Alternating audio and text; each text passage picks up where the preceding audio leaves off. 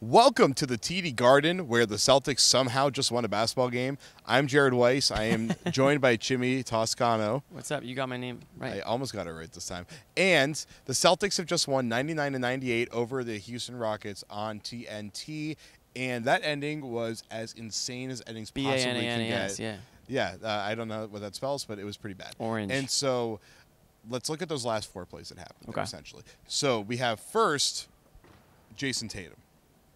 Actually, I guess which play? Because he made a few down the stretch there. Yeah, okay, so we'll start talking with about defending the three? Let's talk about him defending that three, getting that block, they get that turnover. Coming down the other ends, that was beautiful. Arousing, yeah. And Brad Stevens saved those timeouts. He was very smart about that, coming in with 3 timeouts at the end there. Yeah. They worked this perfectly. So they come down on the other end, and they have Marcus Smart with the ball out on the elbow, back to the basket, waiting for Jason Tatum to come around a cut, and Houston blows the defensive switch on that one. Tatum is a free roll to the hoop. Smart with a perfect bullet pass through traffic there. Tatum throws it down. That was executing the beginning of the end for the Rockets. Oh, yeah. The Rockets were like, oh, no. They had no idea what was about to happen after that. But what was so big about that is that they didn't rely on Kyrie or Horford to make the play for them at the end there.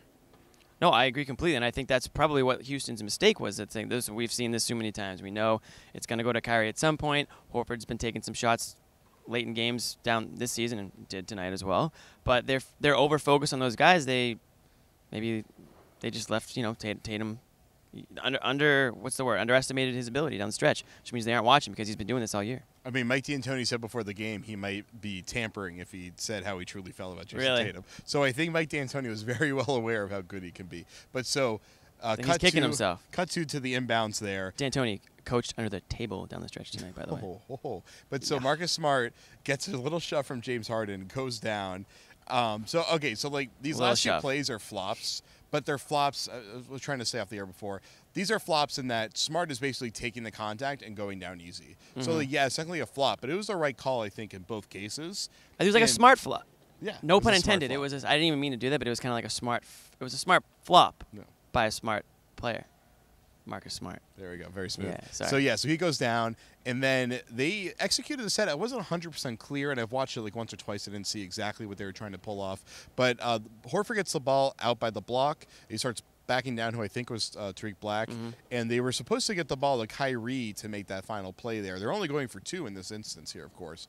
But Stevens apparently waved it off, and he screamed to Al, just go get your shot. Just do it, yeah. So Al backed him down. Yeah, I asked Al about this after the game. He said he was trying to basically drive, and then he got blocked off. It really just looks to me like he just kind of backed him down. A little turnaround. Waited till he got his foot on the block. Once he had his foot on the block, threw his shoulder into the defender, put up that right hook, buried it.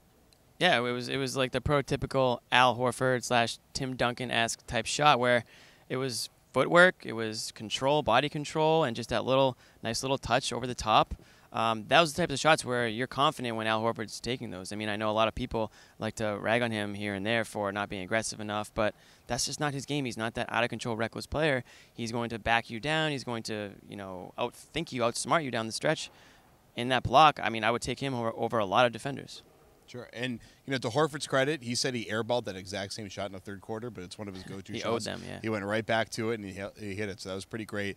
And the funny thing was, so the final thing that actually happened here was Eric Gordon getting the ball and able to throw a 75-footer. Oh, my gosh. I was sitting next to someone, I forget who it was, and they literally said, oh, my God, that's in. Because from our angle, sitting over there, it looked like it was going in. It looked like it was online I was ready to my head would have just popped off of just, like, confusion of if that didn't go in. And Brad Stevens was like, I really hope this doesn't go in because this whole thing would have been all for nothing. It's funny. Steven said that was the one moment where he was kind of on edge the entire time. That would have been something else. But I got to say, I mean, we shouldn't – I tweeted this, and it was like I'm surprised, but I shouldn't be surprised at the way that this game ended because the Celtics, they've been going down big to these teams, whether they're good teams or bad teams. They come back. They came back from 17 down against the Warriors. They do it Thursday night against the Rockets. There's no quit. I mean, I thought I was so impressed by their – defense on inbounds, not just the 2 offensive fouls, but forcing those 2 timeouts, the 2 last timeouts that Houston had that just put them in panic mode when the Celtics did take the lead. And that's when James Harden kind of got out of control. There's no way that happens because they're going to call a timeout and draw an inbounds play, but they didn't have one. So you saw what happens when you use your timeouts due to A, poor coaching, and B, good good coaching. So poor coaching on Houston's part, good coaching on the Celtics part, because all the players were quick to credit Brad Stevens after the game and putting them in good positions to defend those inbounds, not just tonight, but against Indiana a couple weeks ago or so. I mean, I did an interview with an executive recently for a piece coming out on Celtics Wire Plugs, and one of the big things that they noted that really separates Stevens is his consistent management of clock at the end of games.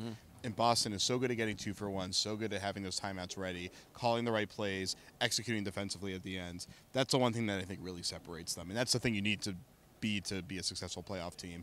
We saw it again tonight. They somehow won this game. Minus the tech that he got in was it the first half, Mad Brad? Yeah. He's usually cool, calm, collected. Yeah, it might have been the third. It was worth it. I saw him on the broadcast screaming, "You suck" to the ref. Whoa, that might have been the first. It was a nightmare for the refs. That's like a swear word for Brad too. That's like true. you don't just say that S-U-C-K If you say word. "gosh darn," he could have been ejected. But, really quickly, they had 2 refs tonight. It is really hard to ref with 3 guys in a game like this. With only 2 guys, it's even harder. They got some calls wrong to a degree that was like shocking. And in the third quarter, it was really going against Boston. That Aaron Baines one where he blocked James Harden, and I think maybe his foot made contact with Harden at the end there. That was bad. That was one of the worst calls I've ever seen. Ironically, Marcus Morris was air punching in front of the ref. I thought he was gonna kill the ref. I don't know if he thought the foul was on him or something. No, he thought it was on Baines, but he was just actually, I think he might have thought it was on him because he hit Harden earlier. Whatever. The point was, those were horrible, but then Houston obviously felt like they got robbed on those offensive foul it went calls both on Harden. ways. I think it was pretty much evened out in the end as being a train wreck. Kyrie said, he went to the ref, so I guess we're standing right where this camera is, and he was like, "There's only 2 y'all tonight?" Yeah. All right, we're going to have to adjust. Where's the guy in the back? It's supposed to be a guy in the back. Apparently, that's only a playoff thing. Yeah, I guess that's what, according to Keith Smith of Celtics Blog. Thanks for the tip there, Keith. That during the regular season is almost always 3 refs as opposed to 4. So didn't realize that. Well, Keith knows it all. Both teams were hurt by it. Both teams benefited by it. I will say, I don't know if the 2 refs were just trying to overcompensate for the third ref, because it wasn't that they were missing calls. It was that they were making calls that were just the wrong calls. So I don't know. They were right in front of them. So right, exactly. I was like, I don't think a third ref would have changed this awful call that you just made. So. Well, whatever it was, the game was so. absolutely insane. This show has been absolutely insane. As Kyrie said, we're moving on towards London. So moving on to London. They got a couple games until London. We will see you before then when they host the Nets, I believe, on the 31st. That sounds right. People are nodding behind the camera. I guess I'm right on that one. So we will see you then. For Jimmy, I'm Jared. Jeremy Carr behind the camera. Next time, peace out on Garden Report. See you.